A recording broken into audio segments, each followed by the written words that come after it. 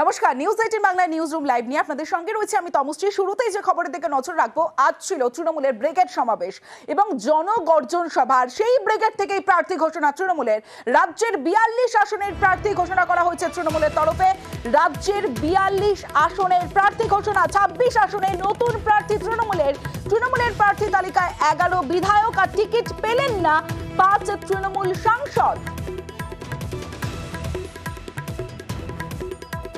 Trinamool versus BJP, এখানে Congress CPM ওদের সাথে লড়াই চলবে।